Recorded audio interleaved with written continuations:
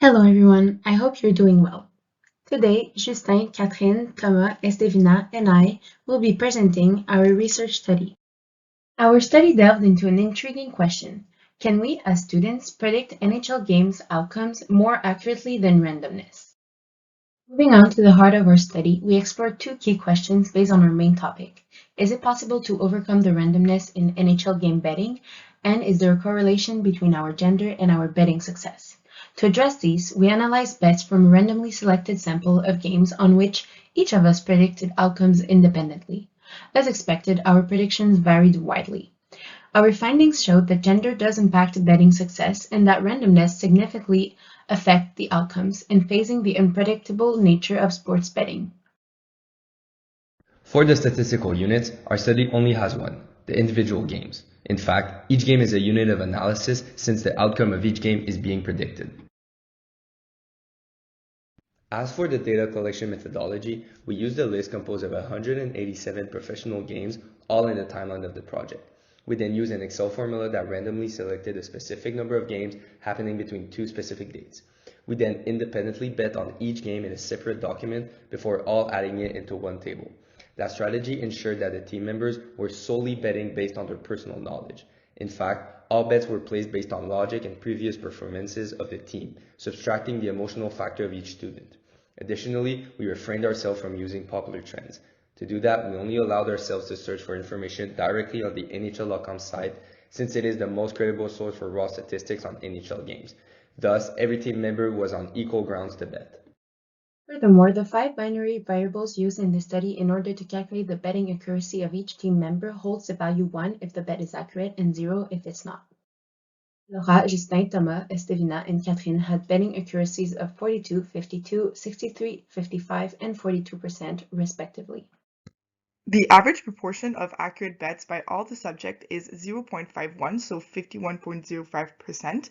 And knowing that the validity conditions were respected during the data collection, meaning we had a big enough sample, this proportion is an accurate estimate of the desired population based on a sample, being all professional hockey games. I will now talk to you about the tests we did in order to find out if our data was correlated.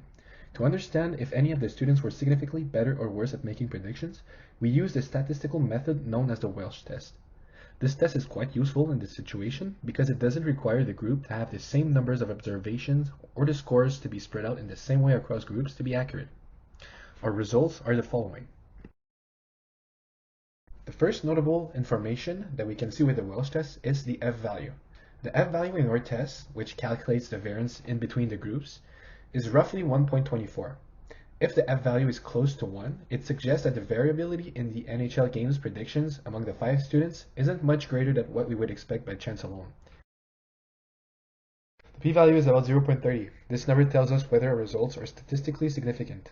A p-value lower than 0.05 is considered significant, as we determined with our interval confidence beforehand. Our p-value is much higher than that, meaning that what we observe could very well happen by chance. This, coupled with the F-value, led us to believe that we cannot beat randomness. The next question was to determine if the results varied regarding to the student's gender. We found out that based on the calculations, the average prediction accuracy for the female students is approximately 46.5%, while the average prediction accuracy for the male students is roughly 57.9%. This means that in this study, the male student had a better overall average at predicting the outcome of NHL games than the female student. It's important to note that this is only from a sample and does not represent the population.